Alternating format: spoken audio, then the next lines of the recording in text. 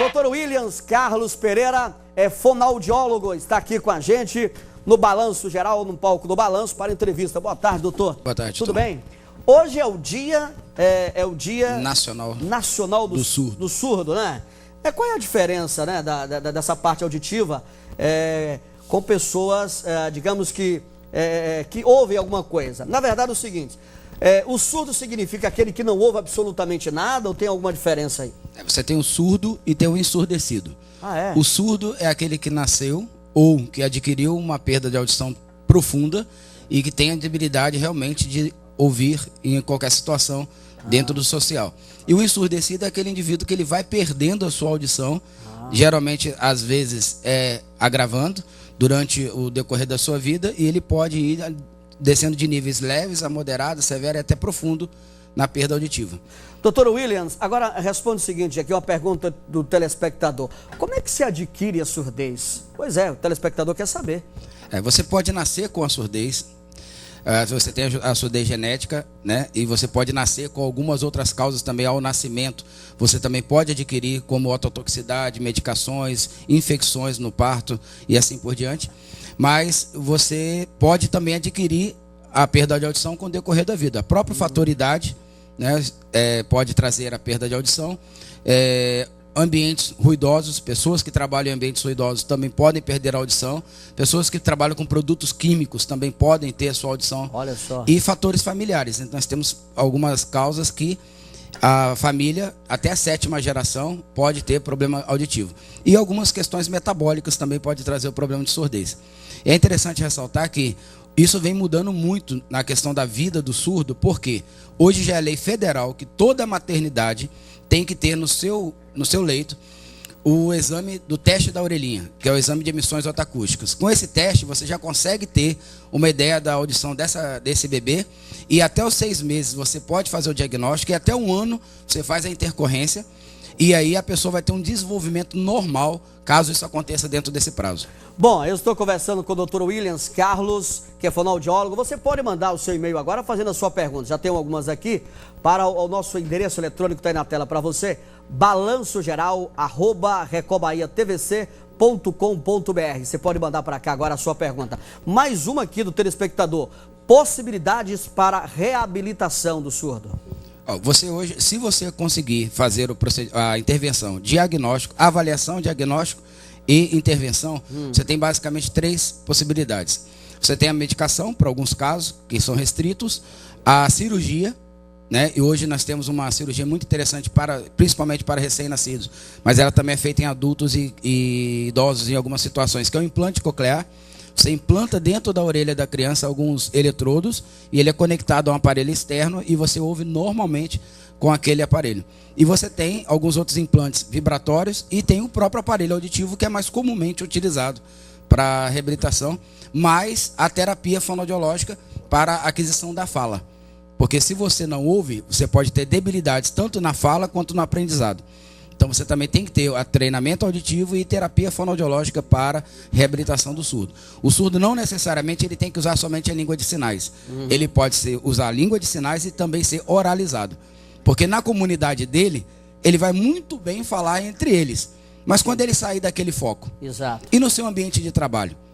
Então hoje você tem como inserir esse indivíduo na sociedade, demandando para ele uma qualidade de vida vital, para a sociedade como um todo e para o governo, até na questão de custos que vem sendo cada vez mais efetivado na utilização desse indivíduo como ser no seu todo, no seu olhar humanístico. Bom, atrelado a isso, pegando esse feedback aí, é preciso gritar para que o surdo entenda o que nós estamos dizendo?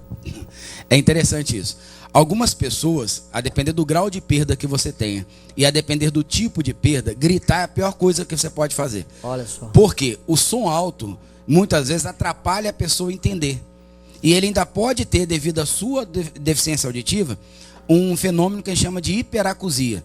Então é como se ele entendesse o som muito mais alto do que ele realmente é. 3 grandes dificuldades para quem tem problema de audição ou para quem usa aparelho auditivo: telefone, ambientes ruidosos e televisão. Então, no geral, a gente tem essas grandes queixas dentro da questão. E na comunicação do surdo, uma coisa muito importante, Tom, é a pessoa entender que muitos surdos fazem leitura orofacial. Então, se você fala pausadamente, mexe bem a boca e articula, ou o que a gente chama de sobrearticular bem, muitas vezes ele não te ouve, mas ele entende tudo, porque ele está lendo o seu Além lábio. da leitura labial, a expressão facial. Por isso chamamos de leitura orofacial. Todo surdo consegue visualizar isso? Desde que ele seja treinado, e na grande maioria, e as pessoas que perdem a audição também fazem isso intuitivamente. Às vezes você vai perdendo a audição e vai tentando, não vou usar aparelho agora, não vou médico agora, e você vai protelando isso. E é importante ressaltar aqui, quanto mais tempo você protela, pior é o resultado do tratamento. Toda pessoa tem que fazer esse acompanhamento, esse tratamento. O ideal é que você faça uma vez por ano, né? A comunidade internacional pede para fazer uma audiometria e uma avaliação otorrinolaringológica uma vez por ano, né? Mas algumas idades são muito interessantes. Por exemplo, as mulheres acima dos 35 para os 40 anos, o ideal é que já comece a fazer. Quem tem pessoas com problema auditivo na família, o ideal é que comece a fazer o quanto antes. Faça de 1 em 1 ano, ou se não houver muita diferença, pode fazer de 2 em 2 anos, porque o quanto antes eu consigo fazer a intervenção, melhor o resultado, independente da forma que vai ser essa intervenção. Se vai ser medicamentosa, cirúrgica ou aparelho. É interessante. Eu estive outro dia conversando com o Dr. Rafael, do Hospital de Olhos Beira Rio, e fazendo o exame do campo visual, né? Do campo visual, como é importante aquele exame. Já nessa questão, claro que ele é oftalmologista, o senhor é fonoaudiólogo, já nessa questão da surdez, é importante esse acompanhamento médico para saber também acompanhar se está ocorrendo alguma perda. Exatamente. Funciona mais ou menos assim? É muito parecido. Muito Tudo que acontece no olho é muito parecido com o ouvido, até porque os dois vêm da mesma origem embrionária. Exato. Então é muito importante isso. Tempo requer de aparelhos menores, requer melhor resultado, requer menor gasto e melhor sucesso no tratamento. Que bacana. Então nós somos uma população, vou dar um exemplo aqui interessante. Na Europa, as pessoas não se importam com o tamanho do aparelho, apesar de que hoje os aparelhos são extremamente pequenos, mas eles não se importam, eles querem ouvir bem. Você vai para o Japão, eles não querem nem saber qual é o tamanho do aparelho, eles querem tecnologia. Você vai para os Estados Unidos, já começa a ter tamanho do aparelho, mais qualidade auditiva imprescindível. O brasileiro ainda quer estética. Então, se ele puder protelar, isso é ruim, porque se ele puder protelar, ele vai protelar. Até preconceituoso com ele mesmo, não quer nem demonstrar, o brasileiro no caso aí, não é? Exatamente. Não quer nem demonstrar que ele é surdo, ele se sente mal usando aquele aparelho. Chegar na China usando um aparelho desse tamanho, ele não quer. Então, a questão de estética. Mas hoje os aparelhos são pequenos. Tem qualidade aqueles pequenos? Tem, muita qualidade. Hoje você tem ideia, o aparelho se comunica com o seu celular sem fio. Olha só. Você consegue colocar a televisão via Bluetooth direto no aparelho da pessoa. Porque como o ambiente ruidoso é o problema para ele, quanto mais eu filtro o aparelho, mais solução tem auditiva. Então, nesse caso, não importa o tamanho do aparelho, né? Todos eles têm boa qualidade? Todos eles. Hoje as empresas no mundo todo brigam por mais tecnologia, por sucesso no seu resultado.